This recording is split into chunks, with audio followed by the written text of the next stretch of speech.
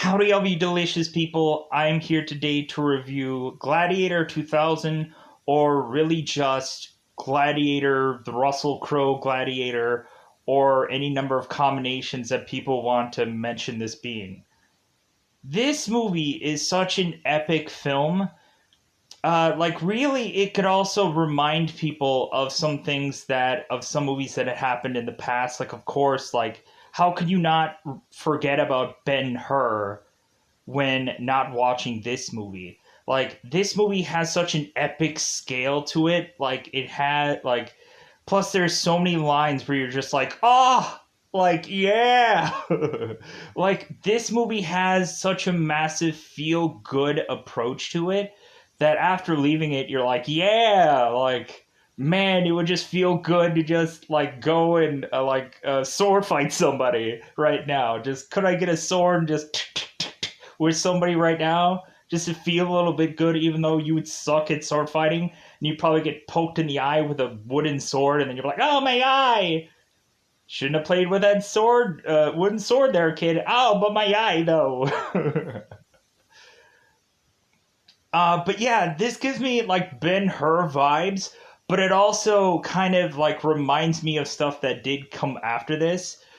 You can't help but look at the show like Spartacus and feel this movie kind of seems similar to that.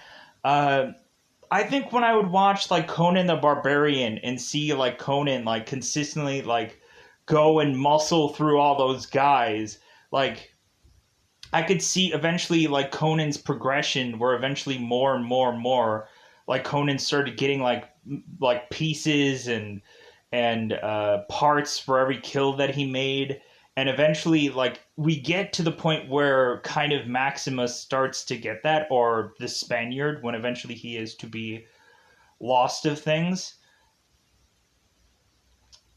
It's kind of interesting how you can break this down in several different ways. That Maximus is a guy that I think just desperately wanted to go home, and he never really and truly got there. Or did he? Maximus is a guy that, I think all that he knew was war, and so basically, since he was never to really die in any war whatsoever, eventually there had to be some way where this guy had to continue fighting till eventually that may or may not have drawn even closer for him to have that happen. Going into this movie, there are some kind of powerful lines that there's so many of them that eventually some of them end up just getting thrown away. There's so many things that are ba ba ba ba ba ba hitting throughout this film, and plus it feels like there is some parts of this movie where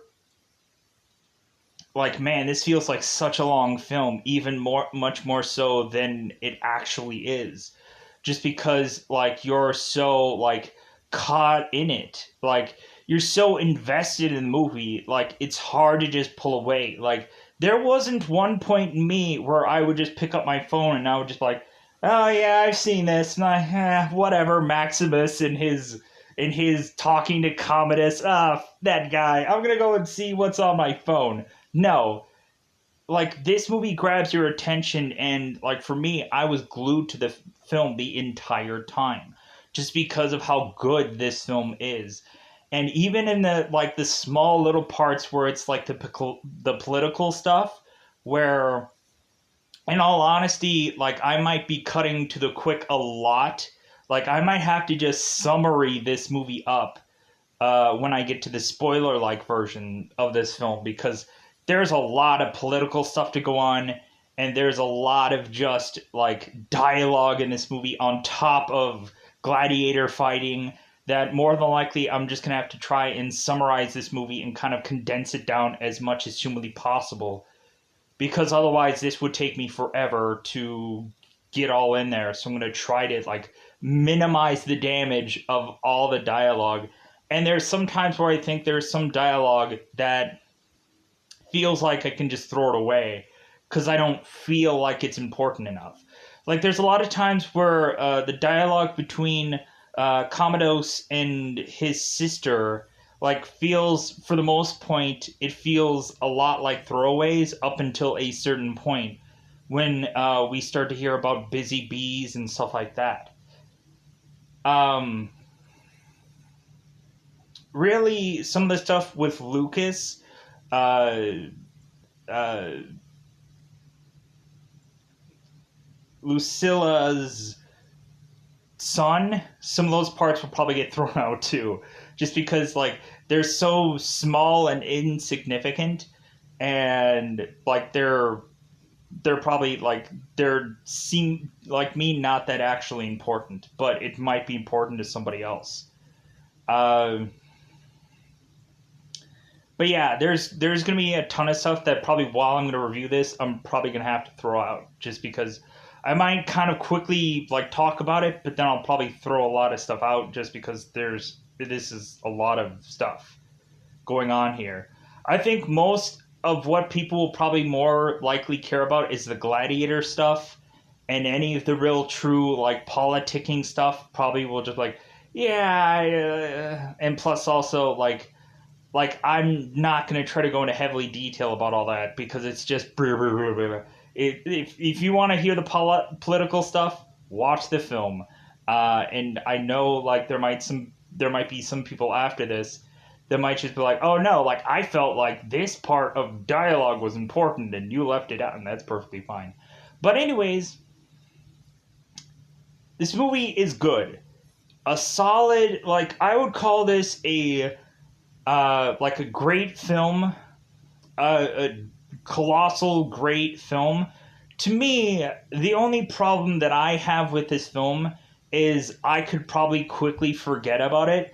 Just because, for me, honestly, I have seen far too many run for the throne kind of things. I've seen too many king or king adjacent like people that eventually have to get defeated in some film for someone else to try to take over their throne. Far too many of those movies have been done, but this one still like sticks out because it has a massive amount of like just cool action scenes and a giant war to start this movie, and like it also has quite a bit of dialogue, which like I'm just so like as soon as I heard this dialogue, I'm like, yeah. Like I've heard this dialogue before, but man, like remembering this dialogue just is like, yeah, like yeah, great. So I think it's about that coveted time for me to get into spoilers. I love this movie. It's great. I eventually like seeing other kind of gladiator-esque like movies. Uh, like it kind of gets to the point of me pretty much going to movies like Arena 2011 because it kind of feels like a gladiator kind of movie. I've gone into other kind of just like action kind of films or stuff like the Hercules movie with Kellen Lutz in it. Like I went and did that simply and watched that. Like I didn't review it on the channel, but I watched the Kevin Lutz Hercules movie because it reminded me of this. It had that kind of feel or that kind of style. And plus I liked the fact of what like I liked Kellen Lutz at that time and I still do. And like that movie kind of made me like also just kind of feel good. Like they're like it kind of felt like the movie was on the cheap end, but regardless. But let's get into spoilers about this one. So yeah, I'm gonna try to heavily like kind of condense this movie down as much as I can. So go ahead and check this movie out. Supposedly it's on Showtime. If you've never had Showtime before, I think there is a free trial starting for Showtime.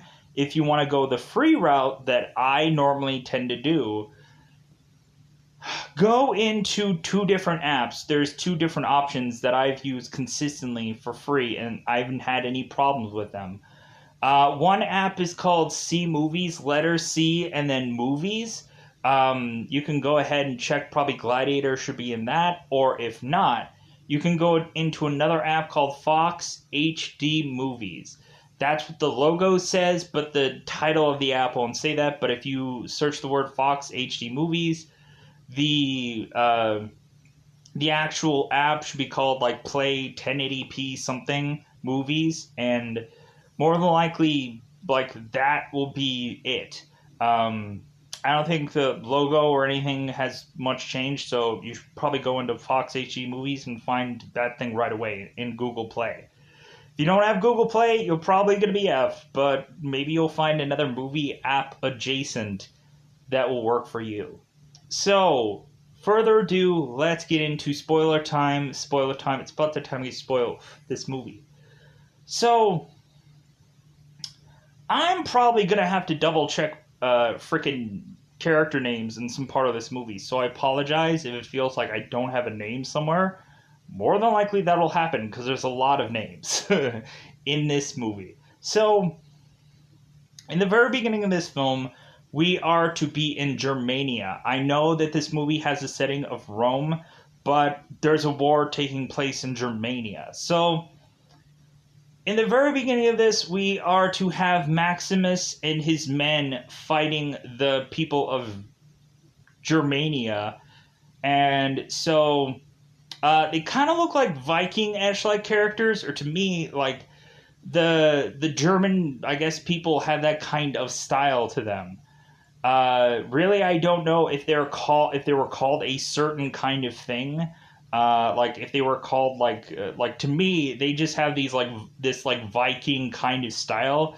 Like watching the show Vikings and then looking at these people, it looks similar, but I'm not saying that they're Vikings at all. It just looks like they have that kind of style to them. And please don't comment thinking that, oh, he just said that they're Vikings. They look like them. They're not them at all. So Maximoff is getting his men ready, and so Maximoff is going to his men trying to motivate them, and so Maximoff is telling them that hey guys, if you see yourself in a grassy field, more than likely you are probably actually dead, and thanks for all that you've done, but everything that you've done in this life will echo in eternity. So, let's go and take these guys out and get to business. Kind of I'm paraphrasing. I'm going to do that a lot through this movie, so things will happen. So, we get to war with both the Romans and Germania. Germania? Correct me if I'm wrong. So we get this big, huge fight in the beginning of this film, and I'm like, yeah! This is so cool. It kind of gets to the point where I feel like the Romans are actually doing so well in this fight that eventually Marcus is to eventually bump into one of his own men and almost try to kill one of his own men, and then he's like, oh, hey, buddy! So, Marcus goes back and starts, fighting off these people. And this whole battle is so, it's so epic. There's so many, there's so many, wars and stuff in movies where, a lot of times, it's just man, this just kind of seems just kind of like they're just plopping whatever. No, it feels like every, hit and every swing and every what, looks really cool, and it actually looks, really legit and everything. There, you can tell some parts of other movies that feel like they had to fake somehow, or you could tell a sword is going off to the side to make it look like somebody's getting stabbed, or it looks fake or whichever. But I think these guys are good at kind of holding things off. There are some times in this movie where things don't exactly look good. The whole CGI tigers that obviously look like they're not actually attacking a certain person. Uh, but everything else about this movie looks pretty solid. So, for the most part. So, of course, the Romans are to win. And so Marcus Aurelius is kind of watching on this battle. Like, he's kind of off in the side. And you can already tell, like, he has this look on his face of, like, dude, I am probably going to die soon. That's kind of sad. Like, during this battle, you can kind of tell, like, he's just kind of like, oof, like, like, man, like, I've been through too many battles. I've seen too many battles now. Plus, also, Marcus is just having to forcibly, like, watch on as his men are, like, are winning this day for him, which I think is probably just, like, could be just, like, a crushing blow, or could be just, like, yeah, like, I really believe in Maximus. Like, I knew that if I were to have Maximus on my side, that we would win this day, and surefire enough, we did. So, Maximus is to win the war for Marcus, and so Maximus is to go on and re-meet up with Marcus, and Marcus is wanting all of their men to celebrate Maximus for winning this war for them, and I thought that was really good. I'm like, yeah, like freaking like, yeah, like hail to Caesar, but still like Maximus did it. Like, hey, like give him the credit. Like he was the guy who sent those guys out, so give him the credit. So we have Commodus, and we have Commodus's sister, um, Lucilla. I'm gonna ill pronounce that. Lucilla. We have them running to make it to Marcus, and Commodus is saying like, "Well, did I miss the battle?" And Marcus is like, "Dude, you missed the war. Like you missed everything." and so, uh, and so Commodus is like, "Well, hey, like." If anything, I will give you guys like a ton of boars to celebrate your victory. And so Commodus kind of has this kind of weird thing where he consistently mentioning uh, that Maximus is kind of his brother, and he says that in the beginning here, and then he says that towards the end there. So, because Commodus is to say that Maximus loves Marcus like a father, and so uh, that makes Commodus and Maximus brothers. So, uh, but yeah, it kind of feels like Maximus to Commodus is just kind of like a forgotten guy, even though he says like, "Oh yeah, you're my brother," but I'm gonna completely continue to forget about you. And eventually, when it seems that Marcus is to get even weaker, we have Commodus, who is basically like whispering to Marcus's ear, like later on, that's like, "Hey, like eventually, sometime soon, I'm gonna be calling for you. So yeah, like go on home, but basically don't unpack anything." Like that's basically the metaphoric thing that Commodus is talking to Maximus about. So Marcus is feeling very sick to the point uh, of him feeling like he is, of course, dying. So they kind of pinched a tent for Marcus because eventually he might die any day now. So after this whole war, Maximus is like, "Dude, I can't wait to go home." Like that's all that Maximus is thinking about. Yeah, like he'll continue to talk with Marcus, and yeah, he'll talk to any of Marcus's family members, but like Marcus just wants to, as quickly as possible, go home. But then eventually, Maximus is to talk to Marcus, and Marcus is to put a different deal on the table. So Marcus comes calling for Maximus, and so Maximus is talking to Marcus about his home on and how he is to put his fingers through the field, and how he is to eventually go home to find his son playing around, and uh, like familiar things that are going to remind him of his wife's hair that he's to see while he's to get home and stuff like that. Like, I don't know if any of this, like, lines that Maximus was giving during this time of talking about his home was actually improvised, because some people might have that feeling during this dialogue. So, because I think some people could say that eventually when you see Marcus's, like, wife later on in the movie, she doesn't exactly have black hair. But I don't know, like, it kind of has this, like, brunette slash black kind of, you can't exactly tell, but I don't know.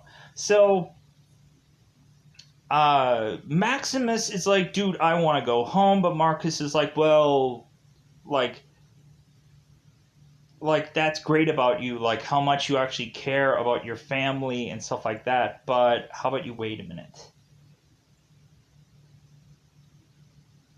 Marcus is saying that his days are numbered, and so Marcus wants to give and make Maximus like the new like Caesar, and for Marcus to give this to Maximus, and Maximus is to take this this thing that Marcus had gave him on basically being this king and turn it over to the people. And so that way it's not going to be Commodus that is going to be the next Caesar. And so Maximus is like, well, like, I don't know if I, like, isn't there anybody else who's probably a little bit more worthy than this? Like, isn't there somebody that, like, you think would actually be better suited?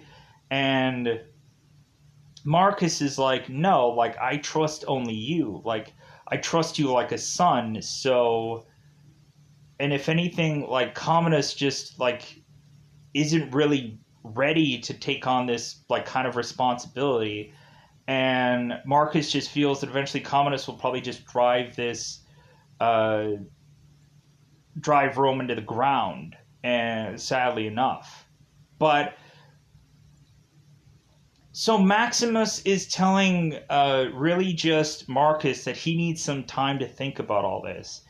And so Marcus is to walk out to talk to Lucilla, and like Lucilla is like kind of catching up, and Maximus is kind of just talking about going home, and really not telling much of Lucilla like anything, like any kind of thing that he had spoken to Marcus about, because like he can't guarantee anything. And plus also Maximus is just like, I don't even know if I actually want to be like the next Caesar. I don't think I have any true real interest.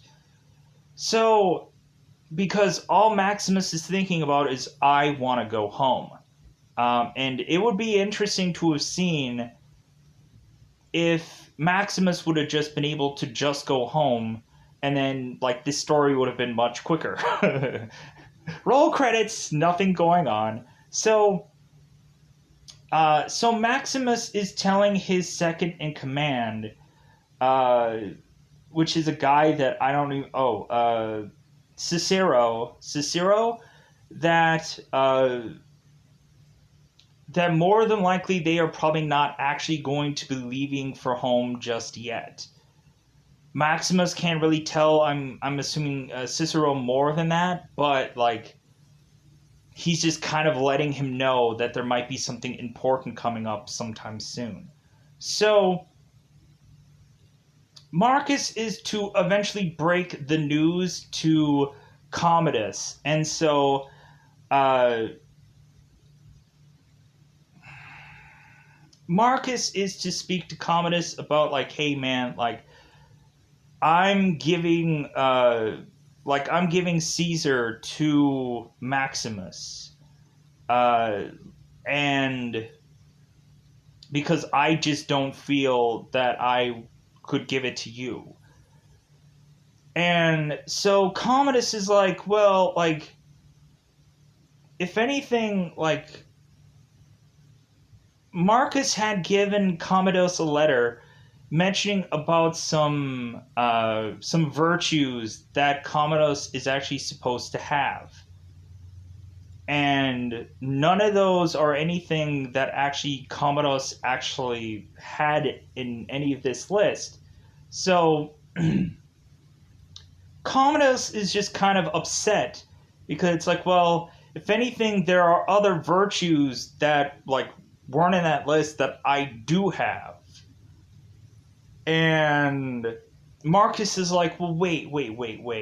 Like, your failures as a son is because my failures of being your father. Like the reason why you haven't really and truly been prepared for this is because I haven't been preparing you for this. And so Marcus blames himself for not having Commodus like ready to take this position on. And Marcus just sees Maximus as a son as well, and how Marcus has kind of much more been grooming Maximus for this position rather than his own son. So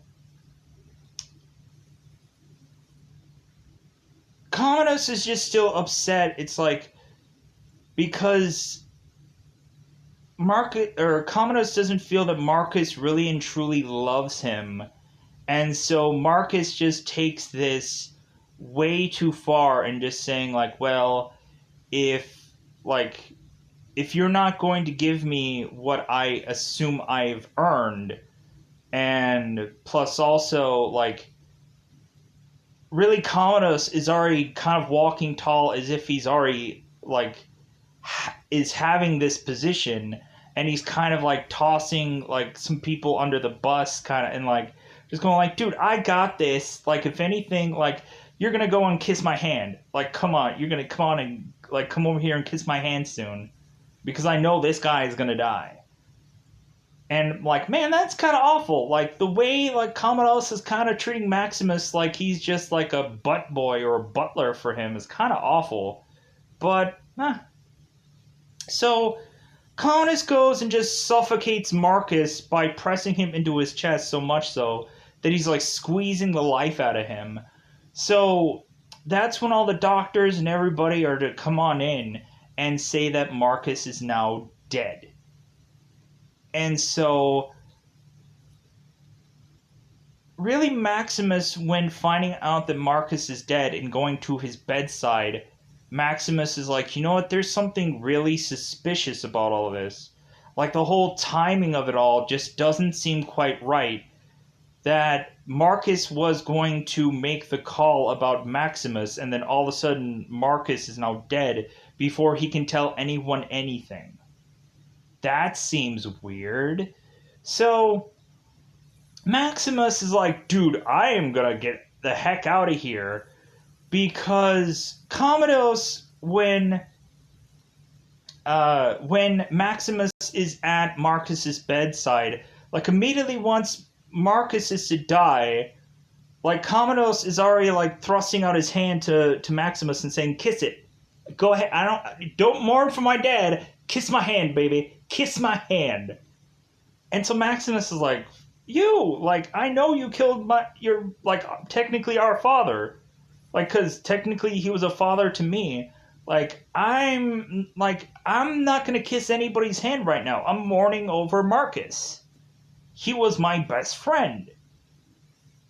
I'm not gonna kiss anybody's freaking ring right now. And so Maximus just storms off, And Lucilla just slaps the crap out of Commodus and then kisses his hand afterwards. And then she went right back to just slapping him in the face a couple more times and then walks off. So Maximus is like, dude, like, I am gonna get all my swords and weapons together and, like, I'm getting out of here. Like, Marcus doesn't exactly say that he's coming for the throne or anything like that. Like, Maximus is like, dude, I'm deucing out. I'm getting out of here. And so they immediately assume or assess that that means since that Maximus did not kiss the hand of the new Caesar, that means that I guess that Marcus is not showing loyalty to the new Caesar, and so Maximus just needs to just be, well, I guess you're just going to be a traitor then. So we need to just go ahead and just slice and dice and kill you off. But we have Maximus also, like, starting to make some accusations with other people, and that is what is starting to also keep people on edge.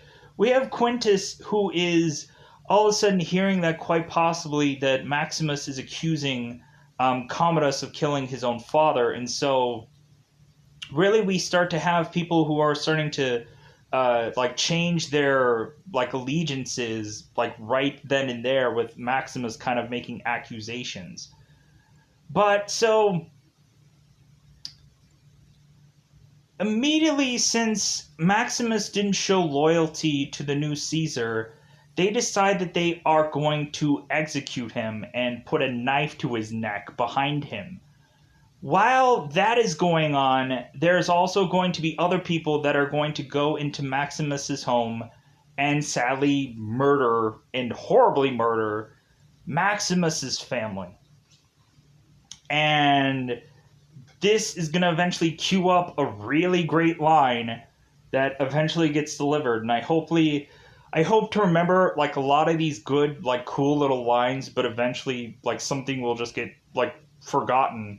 And then I'll just be utterly like saddened that I forgot about some cool line that pops up through this movie, because eventually there's a lot of them. So Maximus is to plead with the people that are going to kill him to please give him a warrior's death. And so they go from behind him and they go and like raise the knife up to go and take him. And so then Maximus is to grab the knife from the guy behind him and kind of beat him with it. And so eventually Maximus is to see that one of the guys who's trying to take his blade out, the blade sticks. And so Marcus is just easily just filleting through these guys just because, like, really he knows, like, the kind of quality that they sent to assassinate people, and he knows that he's going to beat all of them. Like, it's going to be easy for him. So, and plus, I don't think any of these actual people that were probably chosen to assassinate Maximus were loyal to him. And so, really, he was probably just like, dude, this is going to be, like this is going to be fine, because I'm not going to be assassinating any friends anytime soon.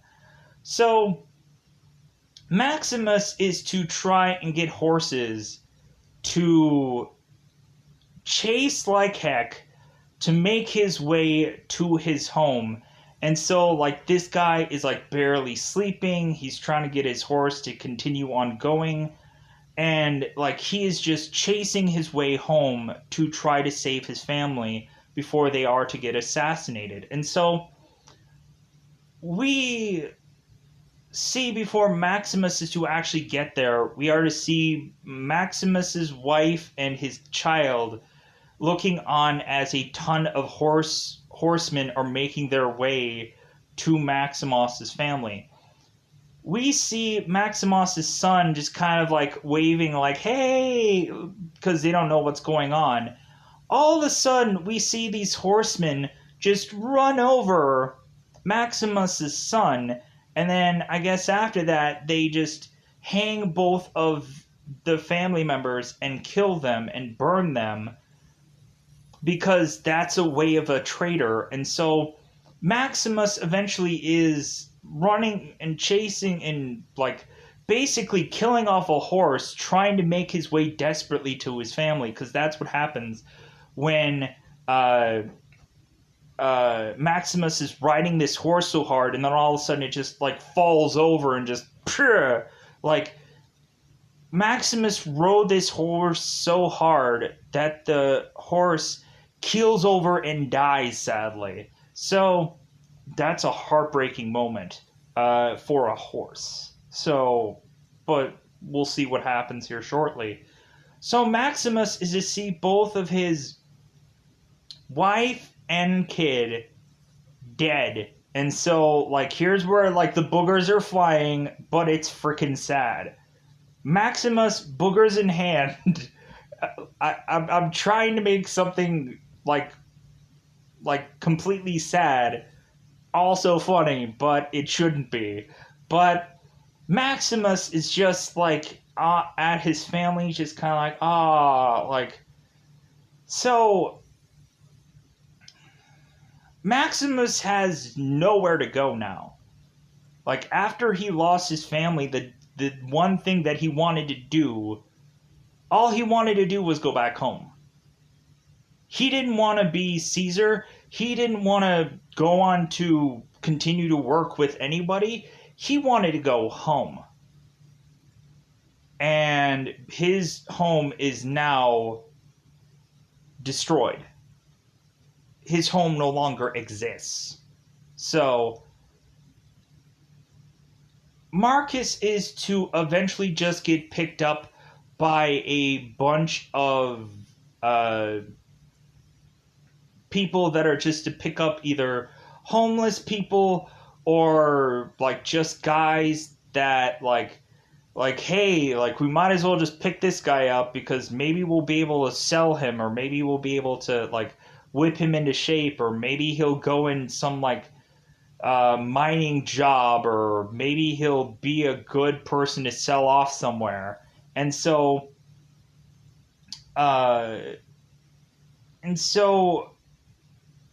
Maximus was to fight off these assassins, and he was to get cut in the arm.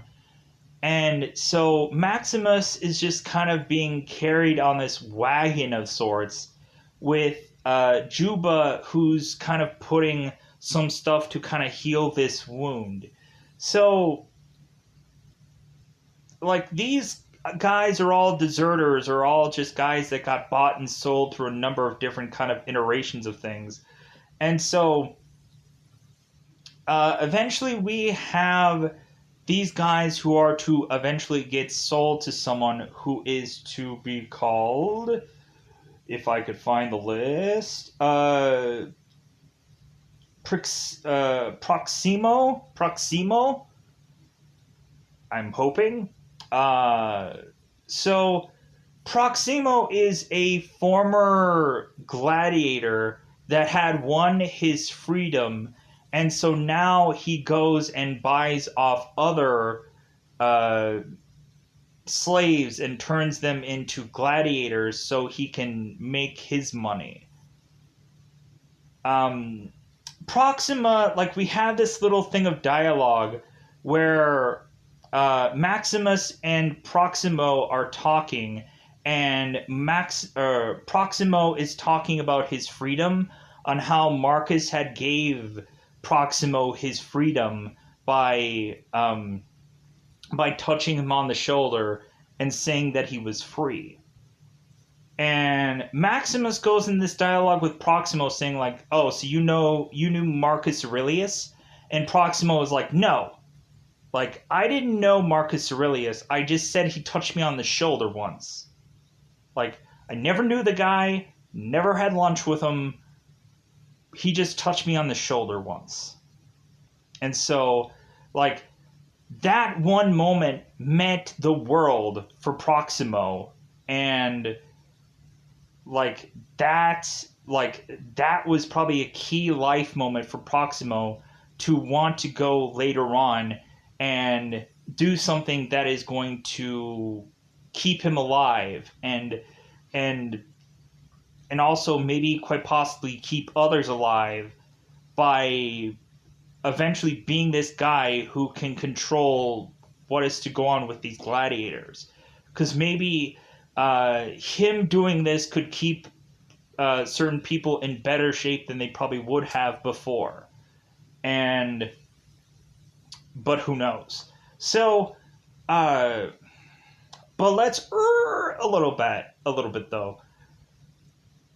So Proximo is to go and buy these people, and so really they're wanting to test these guys' abilities, like to see if they are going to do well as gladiators. So like they'll probably sell them as certain numbers.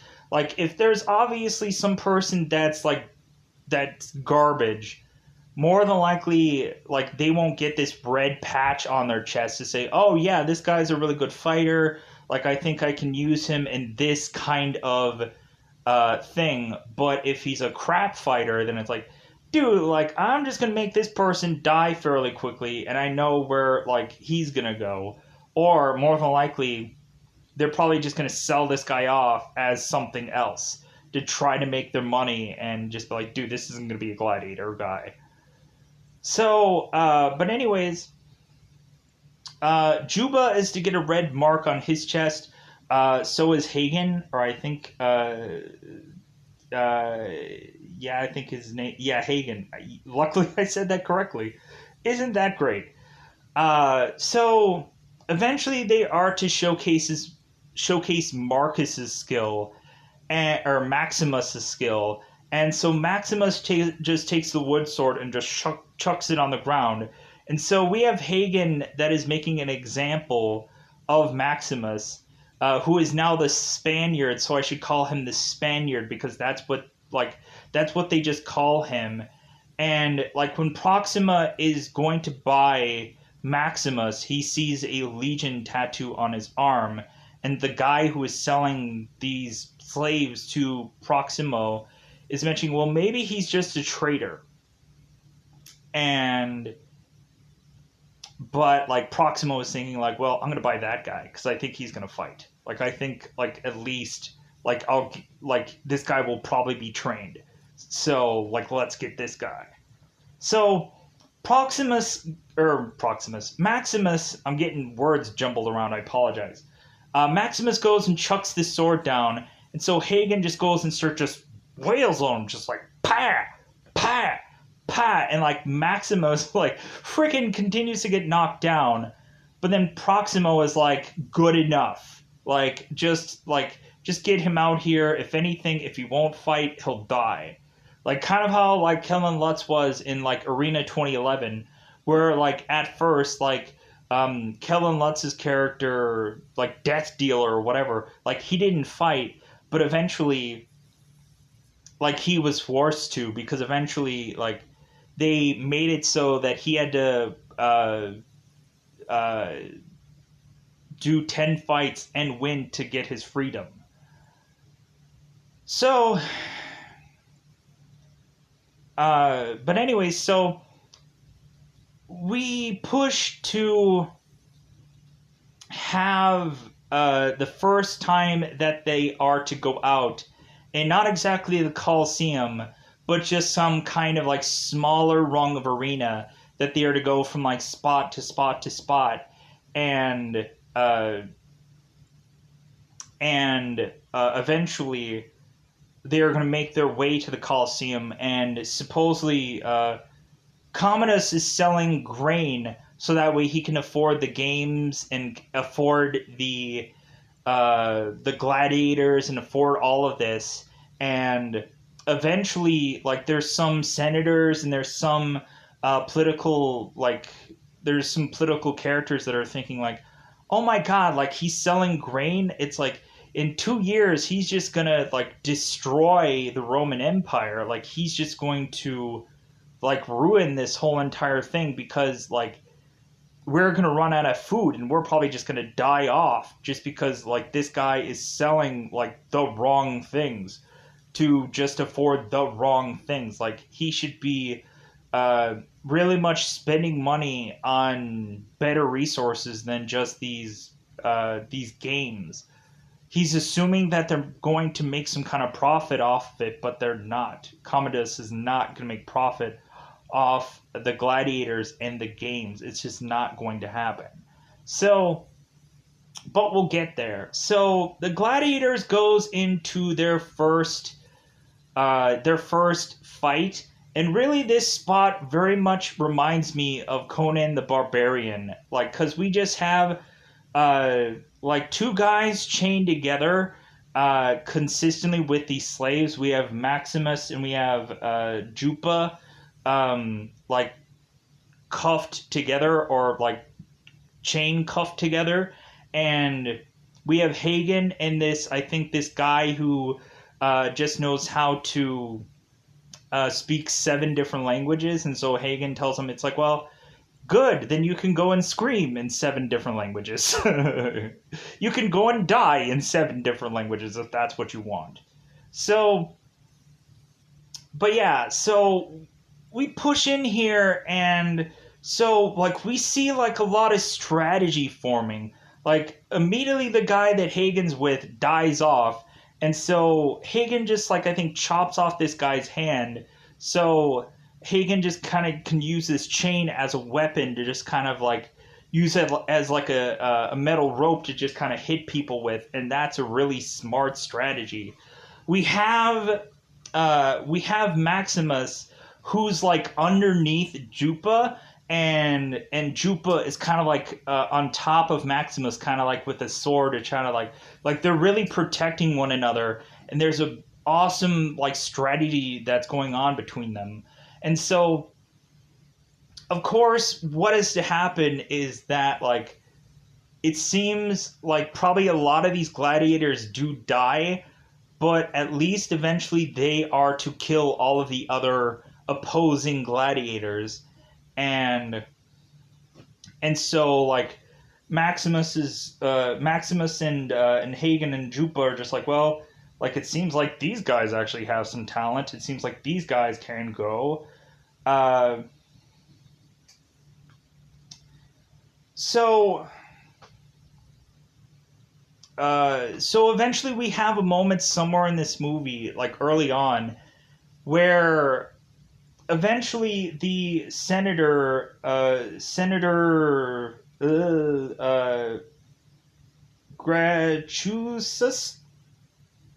Gratuitous, like the main senator that starts to really become against Joaquin's Phoenix's character Commodus.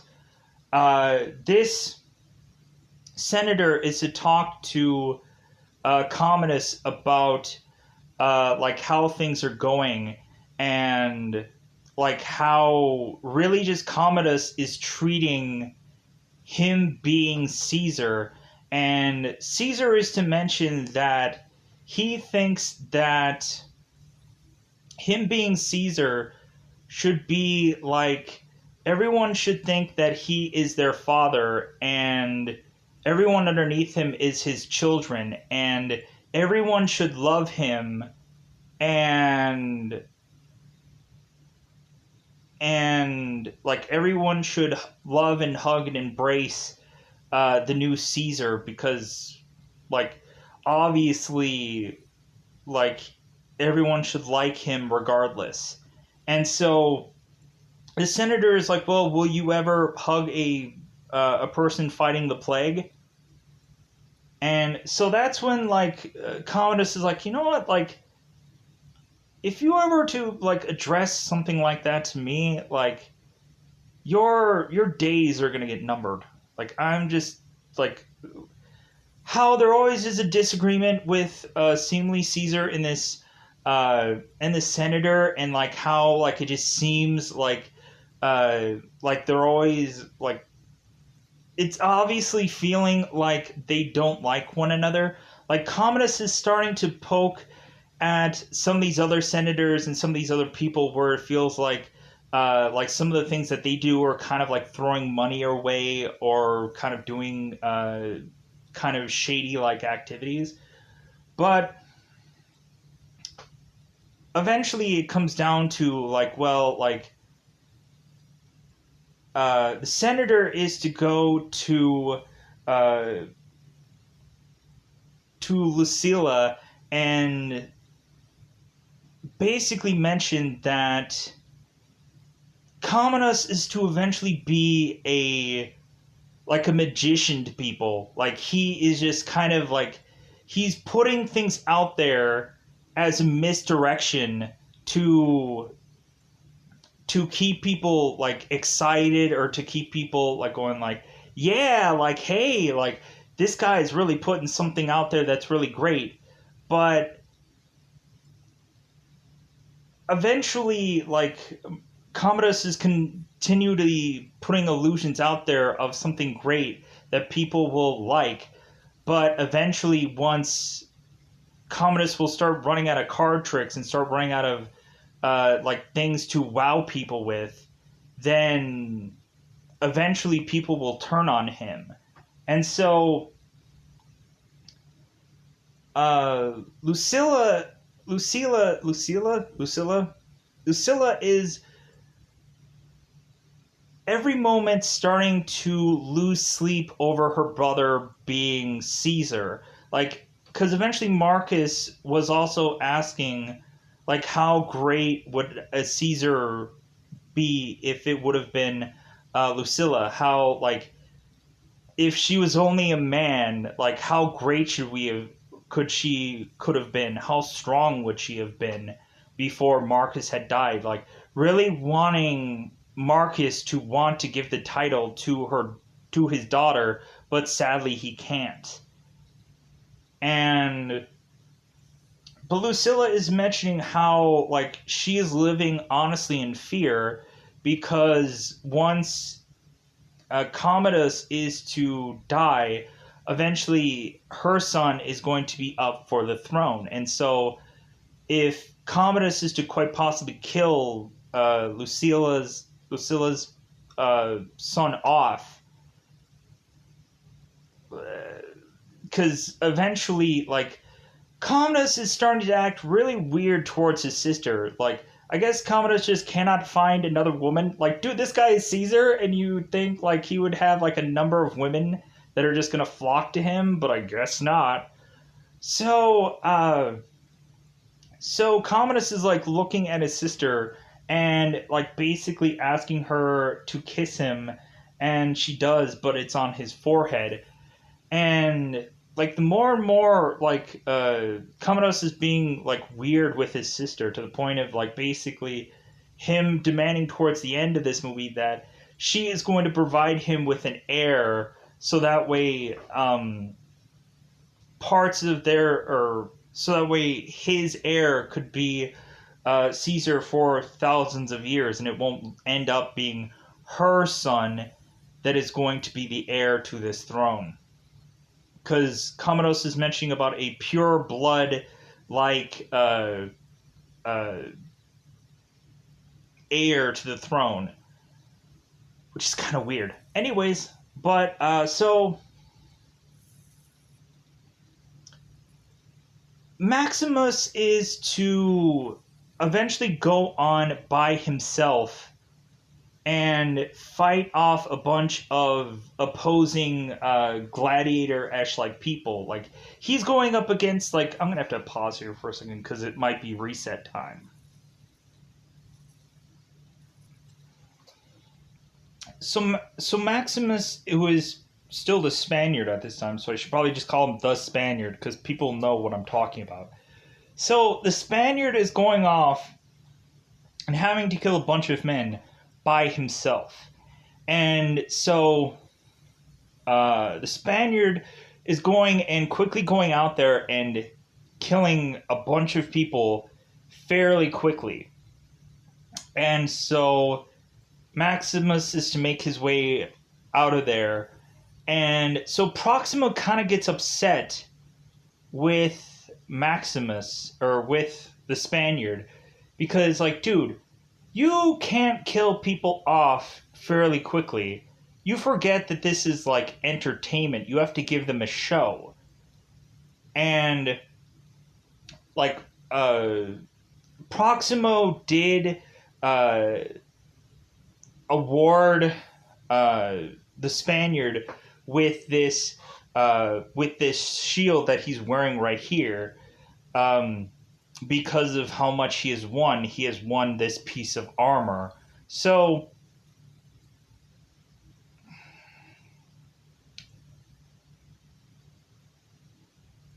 really, just Maximus takes that and he's like, "Fine, you want showmanship, you want entertainment. I'll give you that. Like, I will force people to invest in me and love me. I will make that happen if that'll make you happy." So the Spaniard is to go out there and again go with people and start to kill a lot of these gladiators off. And the Spaniard, and as well as everybody else, is starting to really feel unstoppable at this moment. And so, really, that's when we are to, of course, get the famous moment of, after this victory, the Spaniard is to toss his sword into some part of the crowd and shout out to people, "Are you not entertained?"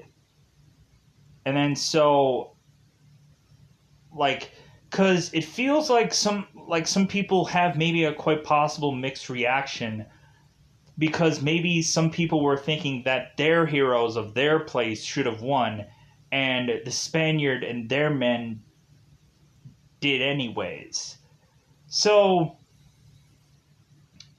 with that line, all of a sudden people are just like, well, yeah, like we didn't know what to react with this whole victory, but like we're starting to realize now that people are actually like putting their lives on the line. We're just probably thinking about the blood being spilled and the carnage of it all. We're not actually thinking about that this could actually, like, any of these people could actually be a champion that we're going to root for. And then so all of a sudden everybody is starting to shout the word Spaniard, Spaniard, Spaniard after after the Spaniard and his men have won. And so it's like, yeah, like I guess I'm gonna win them over now. Like, if anything, like what little thing that he had to say to really just get people like, yeah, I think we are entertained. Yeah, high five, buddy. Let's crank some Queen in like the A Knight's Tale did. Yeah, like there's freaking so many knight movies that and all kinds of stuff that came after this, but there were so many Battle of the Thrones movies. Like, you can't help but look at like even like Chronicles of a Riddick, which is kind of like a sword and sorcery kind of movie, but done in like a distant future kind of thing. But like that kind of feels like a Battle of the Throne kind of film. But anyways, so after this whole "Are you not entertained" movement that is to go on, everybody is starting to hear word of the Spaniard. And so really that is to push these people like so far to get buzz going about having these specific people go to the Colosseum uh, to fight and be watched over by Commodus Caesar and a number of other people that are like have big fat wallets. So so the Spaniard is to go to be held, and so Lucius or Lucas Lucius is to kind of look on and try to see any number of these slaves, and the one person he is to meet is, of course, the Spaniard. And so Lucius is like, "Hey, like, are you the Spaniard?" And Lucius and The Spaniard is like, well, yes. And so Lucius is to ask the Spaniard, like, well, hey, like, it seems like you have some horses on your armor. Like, do they have do people from Spain have uh, a decent number of horses there or something like that? And so we have the Spaniard who is to have names for both of his horses, and those, sadly enough, were horses that were taken from him at some point. But so, uh, but eventually the Spaniard is to hear Lucius's name, and because like while they were talking, eventually, uh, the Spaniard was to ask Lucius, is like, well, hey, like you have a father, right? And Lucius is like, well, no, he died. And so eventually, the Spaniard is to ask for Lucius's whole entire name, and Lucius is to say that to him. And he was named after his father, and he's like, oh crap, that's Lucilia's like kid. And so that's when like the Spaniard starts like hiding out. He's like, oh crap, like I have to realize now that like Commodus could see me and just be like, I want that man dead. So like the Spaniard tries to like hide out the entire time, and he tries to put like a mask on that tries to cover up most of his face. But eventually it just comes to a time where the Spaniard has to face the music, and that eventually will happen. So everyone is getting prepared for the Colosseum. Everybody's like getting their now helmets on because I guess they can afford all this stuff.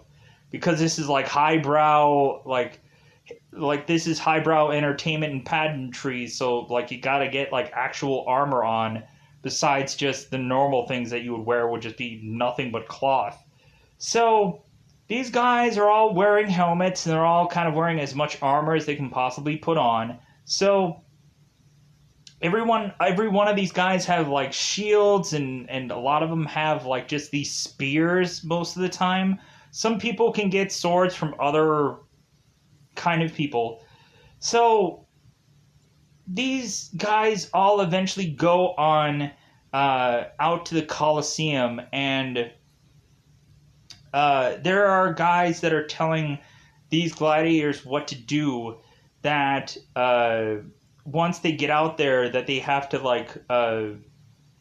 praise Caesar and never turn his back on him, and like if he calls for a high five, you high five him. If he tells you to get down low, you'll always be too slow. Whatever, like these goofy rules. So all these gladiators go out there, and they're like, God, I hope he doesn't say too slow. No. The Spaniard is telling all the guys and asking them, like, hey, do you guys all have, like, military experience? Did you all do some kind of military before you got here? And people are like, yeah, I did. Yeah, I did. And some other guy was like, yeah, I've just been a scribe. I have several different languages. No, that guy is already dead, sadly enough. R.I.P. So, yeah, a lot of people are all saying that they had military experience. So the Spaniard is telling all these guys, like, we are going to live if all of us stay together consistently. We are going to make it through this if we all stay together and do things as one. So the story of this battle that these guys who are the slaves are recreating are a battle that they should lose to, obviously. Because the slaves are supposedly barbarians, and these barbarians should lose this battle. But they won't, because they're smart about it. So, all of a sudden, we are to see these, like, horse and chariot buggy things just circle around these guys consistently. Kind of like like the big action sequence of Ben-Hur towards the end of the movie. Where, like, these horse and buggy little things are circling around the barbarians slash the Spaniard and his dudes. And so we consistently have it where uh, the guys are putting up their shields to block all the other guys with the spears. And so the Spaniard is telling everybody, as one! Raise your shields as one!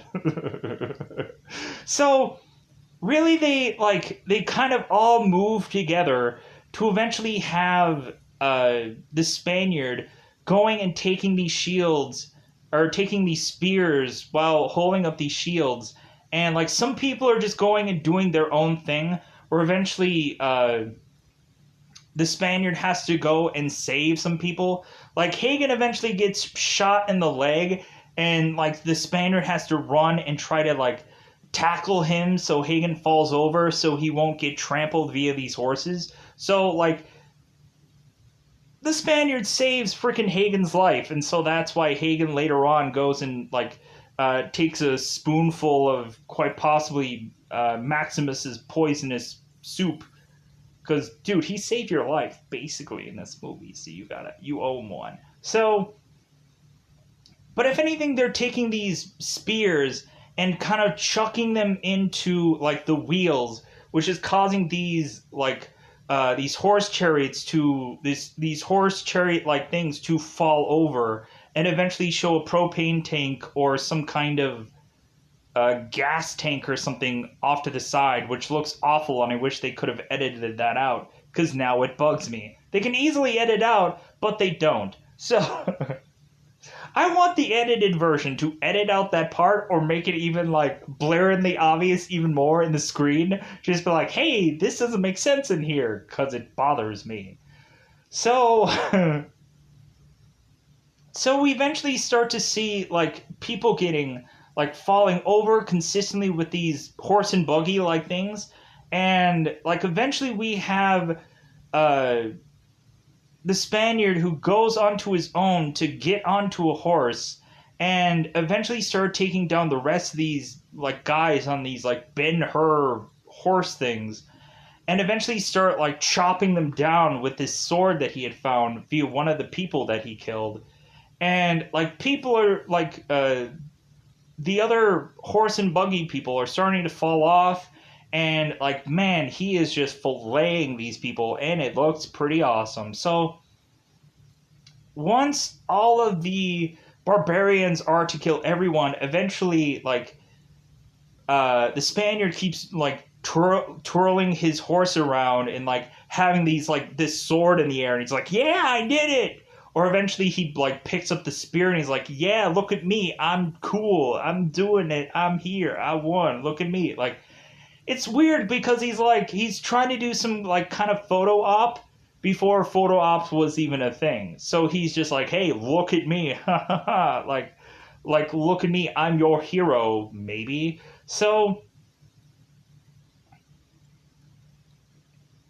Commodus is telling one of the people who are to put these games together that weren't the barbarians actually supposed to lose this battle?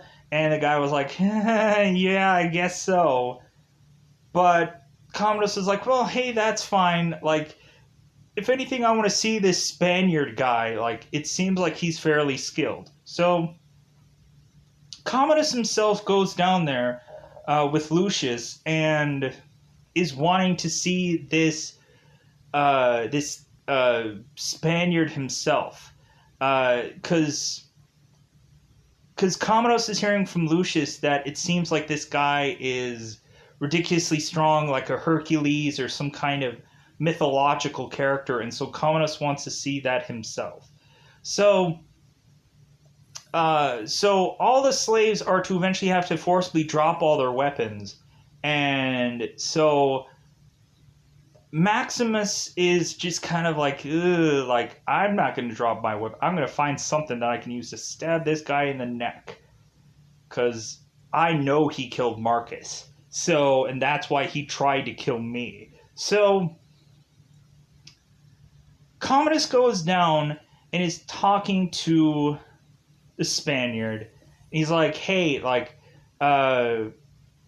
I want to meet you. How about you take off your helmet and greet me and like tell me what your real name is.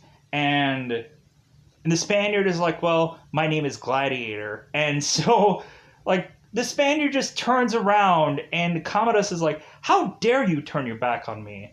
And so the Spaniard just turns back around, and he's like, oh, okay, you wanted this. So the Spaniard is to take off his gladiator helmet and to tell and speak his own name, his Maximus entire name. I don't know what the IMDb doesn't say what his entire name is.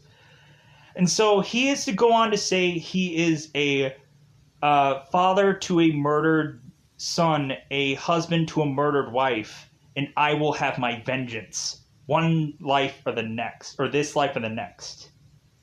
And that line is just so awesome where we get into that and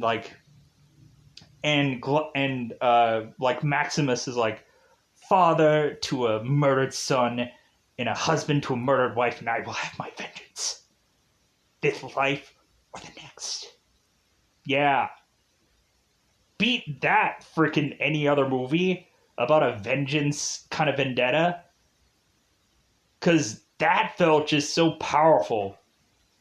So Commodus is like, oh my god. This guy is coming. He's death threatening me. And so a lot of people are already shouting, live, live, let them live, because you're going to have to, because if you're going to kill Maximus now, he's going to be a martyr. And so, of course, Commodus gives the thumbs up to save all these people. And so, eventually Maximus is to go on to people, and they're like, Maximus, he's really cool. High five, buddy. Because everybody is all of a sudden like, dude, this guy is cool. He was the leader of all of us, so high five this buddy, because he's cool. So Commodus is already saying yeah, there's no way that I can just easily just kill Maximus off, because he'll be a martyr. He'll be he'll have songs about him for the rest of his life. So anything that I try to do now will just have to be I hope he just dies somehow in one of these games, because I can't have him be killed, because it just won't appease the people. It will just make Commodus miserable. So, and that's what the senators were waiting for, because really, really Lucilla was wanting to plot against her own brother. But the senators were like, well, wait. We need to have someone make an enemy of Commodus. We need blood in the water. We need the sharks to start circling, and then that's when we'll act. We need someone that the people can get behind, and we haven't found that yet. So let's wait longer, and then we'll chime in. So once Lucilia is to find that Maximus is still alive, she easily wants to go and have a word with him, and is telling him that, hey, I have a senator already, lined to come in to help free you, and to help you do what technically Marcus wanted, but Maximus didn't tell Lucille or anybody that, but it seems like their plan is to do what Marcus technically wanted. And Maximus is telling Lucille, it's if anything, you need to just forget me. If anything, like I'm probably just gonna die in the arena tomorrow. So what difference does any of this make? And like Maximus is saying, like, I'm a slave. Like, what difference can I make now? Like, and so Lucille is just kind of like reminding, like, Maximus is like, well, yeah, but you were like a general once. Like, you were having a ton of people that are still loyal to you. And eventually, the longer that we go on here, eventually, like, we have Maximus that reconnects with some of his military friends. And eventually, there are some people that are deciding to want to help Maximus out. But we'll get there. So, Commodus is really making it very much difficult for Maximus because really he's like, dude, I want him dead and I want to come up with something that seems so difficult that he is easily going to die at this point. So the next contest that really just Marcus is to be or Marcus. Why am I saying Marcus? There is no Marcus.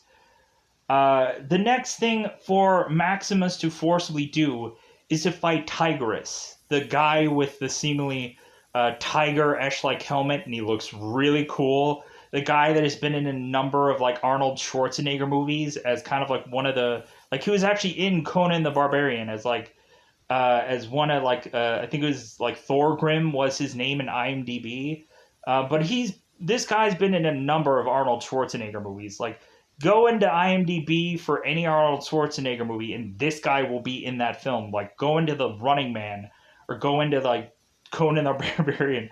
Go into any Arnold movie, and this guy will be there somehow or another. It's weird. But Arnold wasn't bizarrely in this movie, so I guess I don't know why this guy was in this film. But anyways, so now we have CG Tiger fight.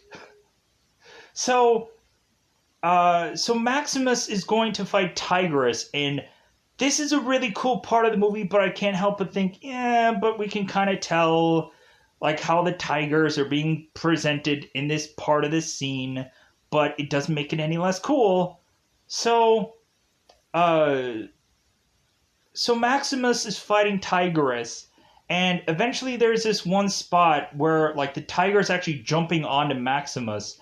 And I'm wondering how exactly they like did all this, but I'm assuming like these tigers are really well trained. I'm assuming that they eventually have to do all these kinds of things separate from the actual actor. And plus there are also some CGI moments where you can kind of tell like the tiger probably isn't actually attacking anybody. It's just probably attacking a spot. And then like somebody was kind of just like Russell Crowe was just kind of like standing there pretending to take some impact, which actually wasn't actually there. But yeah, so Maximus is eventually to go and be like jumped on by one of these tigers, and so Maximus is taking a lot of time to take this thing down, while also we have Tigris, who is just kind of like a centimeter away from Maximus and almost going and taking a battle axe to, or like just kind of a normal axe to Maximus. But even with almost dead tiger just laying on top of Maximus's body, which I'm sure weighed a lot, he is also defending himself against Tigris. Like, we have Maximus who takes one little piece of a battle axe and shoves it into Tigris's foot, which kind of does take him out. And eventually Maximus takes this tiger off of him, and eventually the tigers start to like loosen up, where they just decide to, I think, try to much more like just put them back in their technical cages. And because I think eventually at some point one of the tigers goes and like attacks one of the actual like people, like bringing them out because they were out there for too long. So Maximus is now waiting for his finger movement to see whether or not that he should kill Tigris or not. And so everybody is shouting out, kill, kill, kill that mother. And so Commodus is like, well, like, I guess, like, there's nothing I can do now but have to give the thumbs down. So Maximus is watching on as Commodus is giving the thumbs down. And so Maximus is getting his axe ready. He's like, yeah, I'm going to not do that. And so everybody is all of a sudden, Maximus, the merciful! And they're like, Maximus, Maximus, because he didn't even do what Commodus says. Like, and plus also Lucius, like, loves, like, Maximus so much so that, like, Lucius is trying to fight off a bunch of his, like his butlers or whatever, like, with this wooden sword, and he's, like, fighting them off. And all of a sudden, like, Commodus kind of, like, walks in on what Lucius is doing. And Lucius is like, I'm Maximus, the savior of Rome. And Commodus is like, the savior of Rome? Like, what do you mean by that? So Commodus is to eventually find out that it seems like Lucilla and the senator are going to be some really busy bees fairly soon. So, so after this whole bout, the senator is, like, telling Maximus, it's like, hey, like, if we're gonna do this whole thing, we're going to do this now. 'Cause, like, the senator is believing what everything that Maximus is trying to sell the senator with.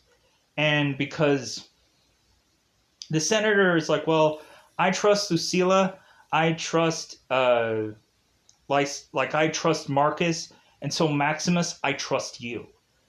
And so, because Maximus is saying that he has the loyalty of a number of his men. And so Maximus had went to Cicero and told Cicero that he wants to have Lucilla talk with the senator. And so the senator comes with Lucilla and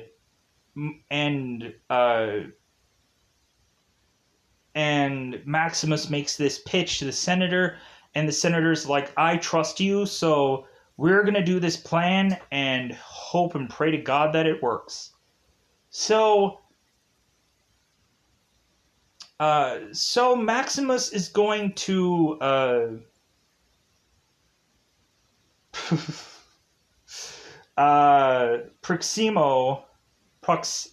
Proximo and mentioned that he doesn't have the money for his freedom now, but Maximus is saying to this man that he will give him the money later on.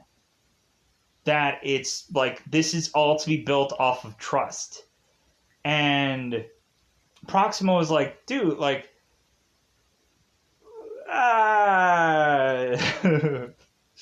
like, this seems kind of flimsy, but Maximus tells Proximo, it's like, you know the man that touched your shoulder? Well, Proximo killed that man. Commodus killed that man. Like, you need me to be you need me to be this Caesar, because like my word is my bond.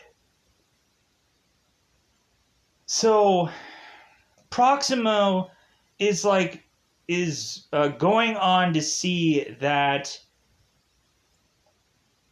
eventually Commodus is starting to know the game plan of what Maximo, the senator, and Lucilla had been put together, because eventually Lucilla is to go back uh, to see her brother, and her brother is to mention, like, wow, like, you have been really a very busy bee.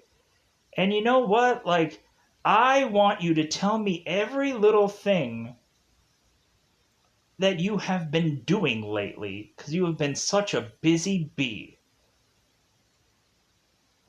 And, like, and so, like, Commodus breaks down that Lucilla is to not go and sacrifice her own life to think that she could get away from any of this. Because if she is to give her own life, Commodus will kill her son. And so, like, and so Lucilla is going to have to watch all of this unfold and also give Commodus a heir for his throne, because he mentions to her, like, am I not merciful to you? And she starts crying because she is just miserable. And Commodus says again, am I not merciful? Which is just like, oh my god. Like, you can really tell that this guy has just, like, he is just this guy that is creating a vacuum of misery that he just wants to, like, you can understand right in this moment why Joaquin Phoenix became the Joker, because we are seeing a man that in a other movie just wanted to become the king of everything to watch it all burn. Like, that is what this guy is doing. Becoming king to eventually throw it all into a toilet to be swirling and swirling around to eventually all go away. And have him, I guess, be remembered for that. The guy that flushed an entire empire down a toilet. That's, I guess, something that he could be remembered by. So, Maximus is now trying to escape because Proximo is giving him the keys, and we have Maximus saying, it's like, Proximo, like, are you like you're mistaking yourself to be a good are you having a mistake of being a good man?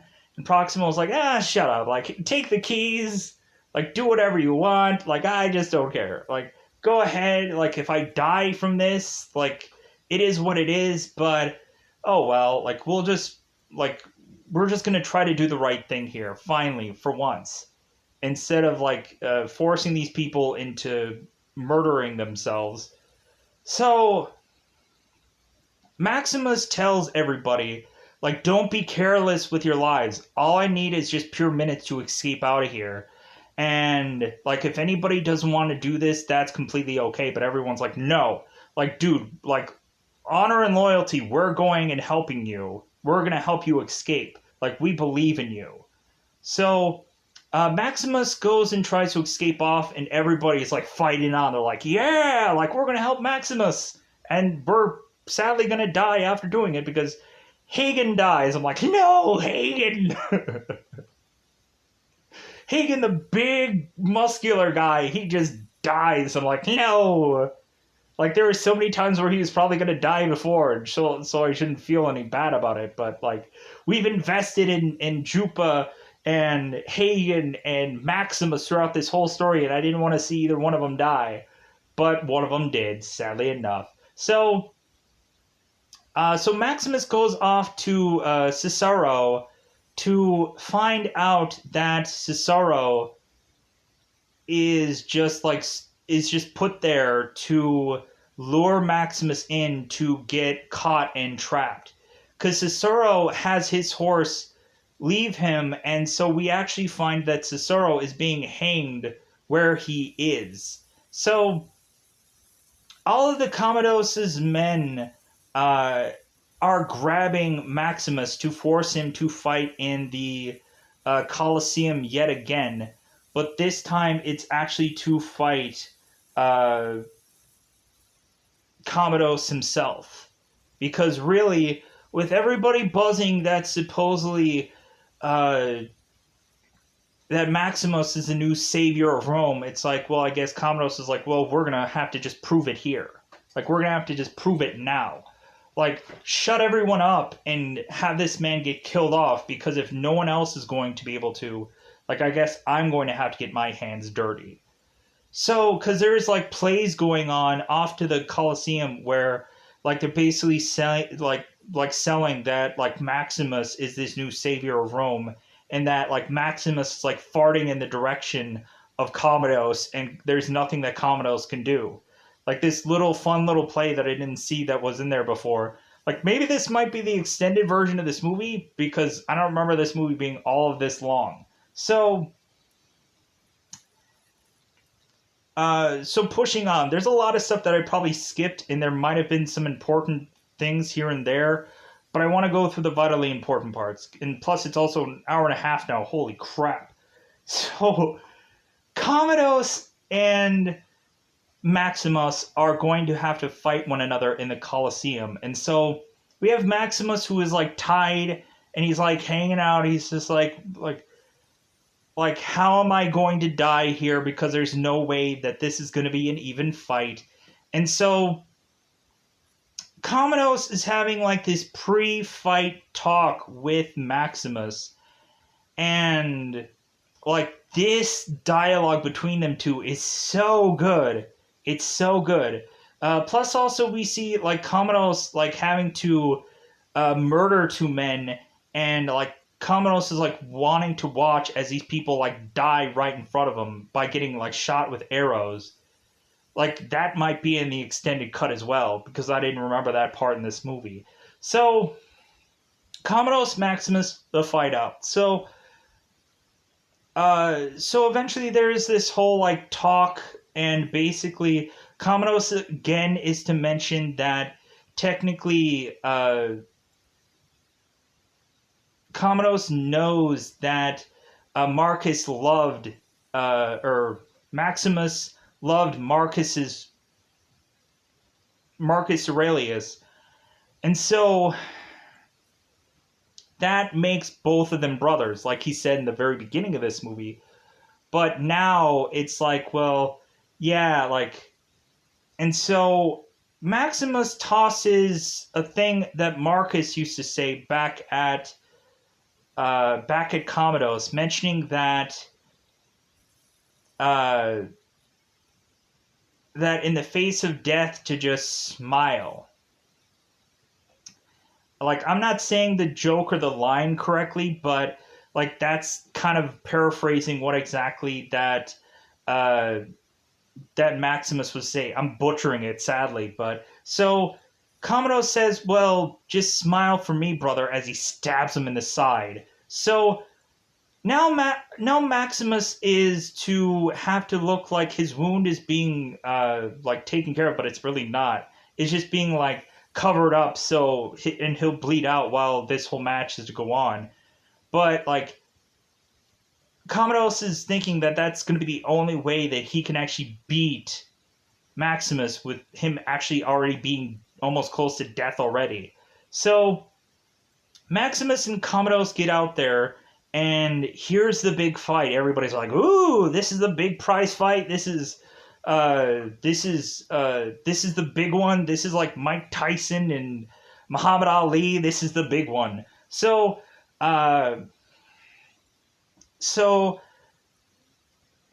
we go and we have this fight out, and even with Maximus wounded, he is sadly just beating the living crap out of like Commodus. It gets to the point where like Maximus is so well like with sword work that Commodus eventually is to drop his sword, and so Commodus is desperately asking for Quintus or any of the other like soldiers surrounding around them to give him their sword, and Quintus is saying like no one is going to give him like any of their swords. Like this is going to be even, and so they're like, hold your swords. Like nobody's going to get anything, but Maximus is to eventually just drop his sword because he's hallucinating at this point. He is seeing himself go home, which is almost basically heaven. Like, but this guy is hallucinating that he is close to death, and he is just thinking about how he is desperately wanting to go home, and that's all he's ever wanted to do. And Maximus feels so close to him being able to go home right now, he can taste it, and like this is the end. Like this is the finale. This is like if he beats Commodus, he can finally go home. But this home no longer exists in real, true reality, sadly enough. It's kind of like Jensen in Iron Man, where eventually, like, we find out where Jensen's journey is to end, is to go into that film. So, so Maximus is hallucinating, but that just kind of leads to the fact that both of these guys are going to have to fight hand to hand. And so, uh, and so, Commodus is going for the swing, and Maximus is still countering, and like he's back in it because he's just like, ah. And so, Maximus is still beating the crap out of Commodus, sadly. Even with it seemingly before we saw a little bit of training of Commodus, how he was kind of like defending himself off a number of guys. I guess that didn't really play into this fight now, did it?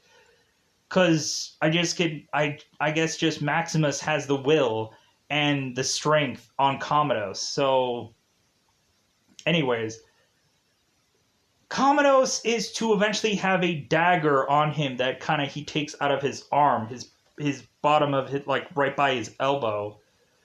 And so kind of Maximus is still kind of dazed, but then eventually once Commodus is to bring this little dagger into fray, Maximus is to still like take this dagger from Commodus and kind of take it from him and go and stab this dagger into his neck.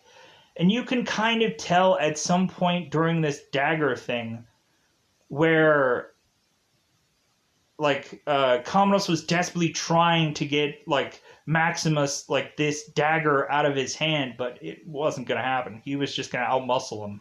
So like you start to see that eventually once there's like a seemingly stabbing like part that I'm sure the dagger just disappeared, and like Maximus just like used his like hands and like you couldn't exactly see the dagger, so there was no actual like release of this dagger from Commodus's body either.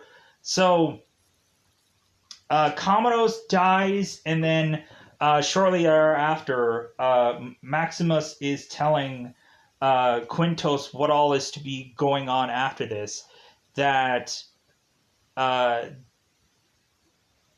he releases all of his powers to the Senate, and he also wants all the slaves to be free, and basically he wanted everything that Marcus wanted. Maximus was like, I want the people to have like Rome again, because that's what Marcus wanted. And so after that, Maximus falls over, and so Cecilia eventually is to talk to Maximus and kiss him, and that was like a really impactful moment because they played around a lot with both Maximus and Lucilia eventually loving one another, and plus also like Lucilla kind of confesses that she does love Maximus. And so there was like a really nice moment there. So Lucilla is basically like technically like the next heir of like Marcus Aurelius, because like even though because so like she's kind of like in control, so she's kind of telling everybody like what's going on because Maximus is falling and dying. So so the senator wants to go and have some people like come and pick Maximus up because Cecilia wants this guy to be taken out here like a soldier would. So the people are grabbing onto Maximus and like carrying him out like a soldier. And so, because this guy is obviously dead, Cecilia is telling Maximus before he's to go that like go home, like you deserve this. So Maximus is now like twiddling his fingers uh, into the grass and making his way back home, and he dies. I'm like, God, that is such like it's such like a beautiful thing. Like a little like it had such a solid ending, and like there's some like people that could probably get emotional during this movie, and that's perfectly okay. But with that said, I'm gonna get out of here because that took way too long to review. So I'm gonna get out of here. Bye everybody. Bye everybody.